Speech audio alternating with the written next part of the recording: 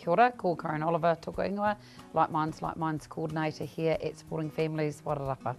I have a team of 11 presenters and we go out into the community and we present workshops around stigma and discrimination, hearing voices that are distressing. We have a weekly radio show and all the presenters get to participate in that at whatever level they're comfortable with. It's on a Monday from 10 to 11, and so we interview anybody that's in the community. It can be people who have been part of the recovery for our presenters. It might be their whānau members. It could be people in the community that are happy to talk about their lived experience with mental illness. We've had people that have stopped me in the street and talked to me about the show and that they've tuned in and found it really helpful. We've also had people ring up the radio station and say, "That's great, can you keep it up?"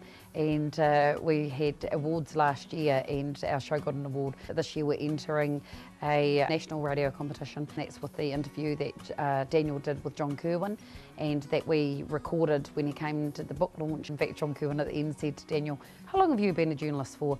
And Daniel said, "Just today."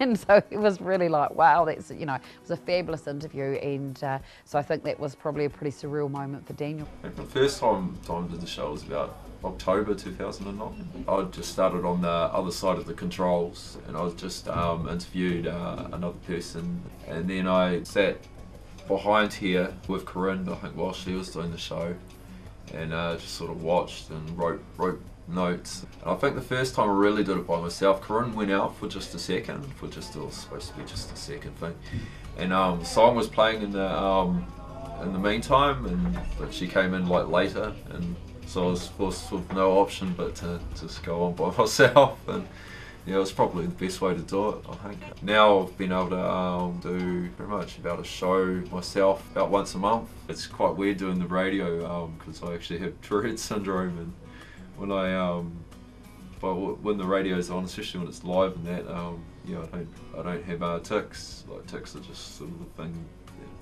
that I do. I might suddenly just start moving around or making sort of random noises or something. Quite weird having Tourette's syndrome and then actually being able to just go on there onto live radio. It seems like the last sort of person you'd want. Often people don't ask people about their experience because of the fear, am I going to say the wrong thing? And I always say to people, ask away. It's better that you ask and than sit there and don't ask. So absolutely, anything's a go. We'll talk about it with you. If you go and visit somebody who is unwell and they don't answer the door, don't let that be a barrier. Don't let that put you off to going back again. And whether you pop a card in the post, because people, it's really nice to get mail, nice mail that's not a bill, and pop a card in the post to them. And certainly that's what I did for my whānau down in Christchurch after the earthquake. For myself, when I was suffering from depression, my father was one of the main key support people. I was in Adelaide at the time, and he actually lent me the money to come back. I was in not a very good relationship, and it was my marriage, and wanted to come back home. And my mother made the comment, you made your bed, you lie on it. Well, that didn't help me at all. Whereas my father, they're divorced by the way, but my father was the one that was supportive. I didn't know who to talk to about it. I think that was the thing, who do I tell about what's happening for me?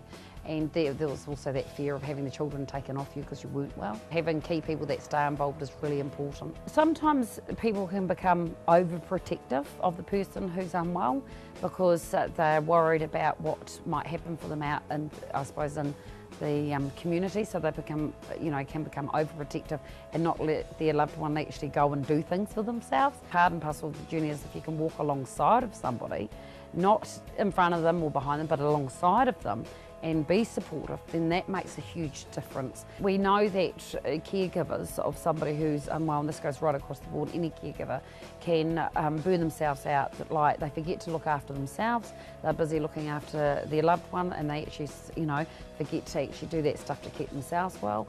And so it's compassion fatigue, and also counsellors and people that work in the area of any supporting agencies can often become fatigued from it. And so it's about looking after yourselves as well as the caregiver, and recognising that it's really important that you look after yourself first and foremost before you can actually look after somebody else. And certainly that's what we do with the Like Minds team as well, is that work on looking after ourselves and keeping ourselves well, walking the talk I suppose. So when we go out and present, we're also presenting our best foot forward.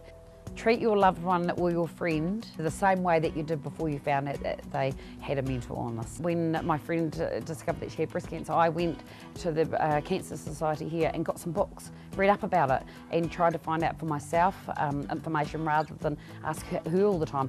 I wanted to know how I could support and what was happening for her, you know, so as well as asking, I also read up. So become informed, come into places like Supporting Families, get some brochures, get some pamphlets, read some other people's stories, you know, come along to the Like Minds workshops, hear some of the presenters share their stories. Don't be afraid to ask questions when people say to you, what would you like to know? Ask those questions, and I think that's how you'll change your perception, because you'll become informed, and people that become informed have that power to make those decisions.